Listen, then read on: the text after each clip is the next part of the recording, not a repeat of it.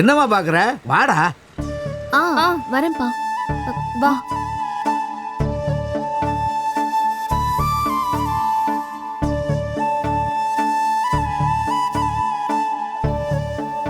வாங்க.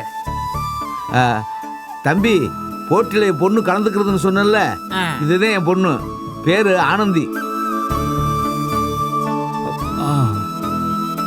அப்பா, எனக்கு ஏற்கனவே இவரை ரொம்ப நல்லா தெரியும்பா. என்னம்மா சொல்ற?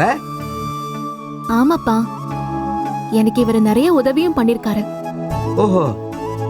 ஒரு நாள் நான் சென்னையில இருந்து காஞ்சிபுரம் வரும்போது பஸ்ல இருந்து தவறி விழ போயிட்டேன். அப்போ நான் கீழே விழாம என்ன காப்பாத்தினது இவர்தான்ப்பா. அப்படி இப்போ அது ஒத்துக்கிட்டாங்களே உண்மைய.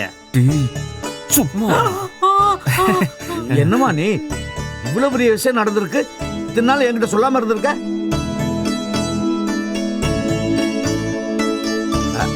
சரி, அதை விடுமா. காப்பாத்திட்டார்ல, ரொம்ப சந்தோஷம். நான் ஒரு நாள் ரோட்ல மயங்கி விழுந்தப்போ ஒரு தம்பி காப்பாத்தி கை தூக்கி என்னை வீட்டுல ஒண்ணாந்து விட்டாருன்னு சொன்னேன்ல. ஆமாப்பா. அது வேற யாரும் இல்லம்மா, இந்த தம்பி தான்.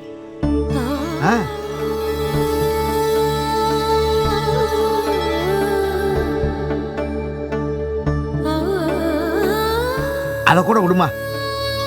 நம்ம தறி இப்ப ரிப்பேர் ஆச்சுல்ல. ஆமா. அத சரி பண்ணி கொடுத்தது யாருன்னு நினைக்கிற? அதுவும் இந்த தம்பி தான்.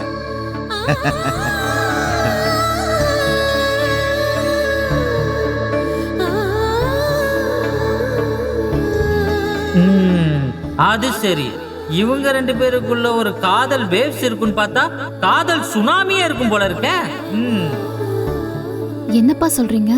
ஆமாம்மா, நம்ம தறியை சரி பண்ணி கொடுத்தது இந்த தம்பி தான். தம்பி, நீங்க சரி பண்ணி கொடுத்தது ஆனந்தி வேலை பார்க்குற தறிதாப்பா. நீங்க சரி பண்ணி கொடுத்ததுனாலதான் ஆனந்தினால இந்த போட்டியில் கலந்துக்க முடிஞ்சுச்சு. நீங்க தான் தறிய சரி பண்ணி கொடுத்தீங்கன்னு எனக்கு தெரியாது.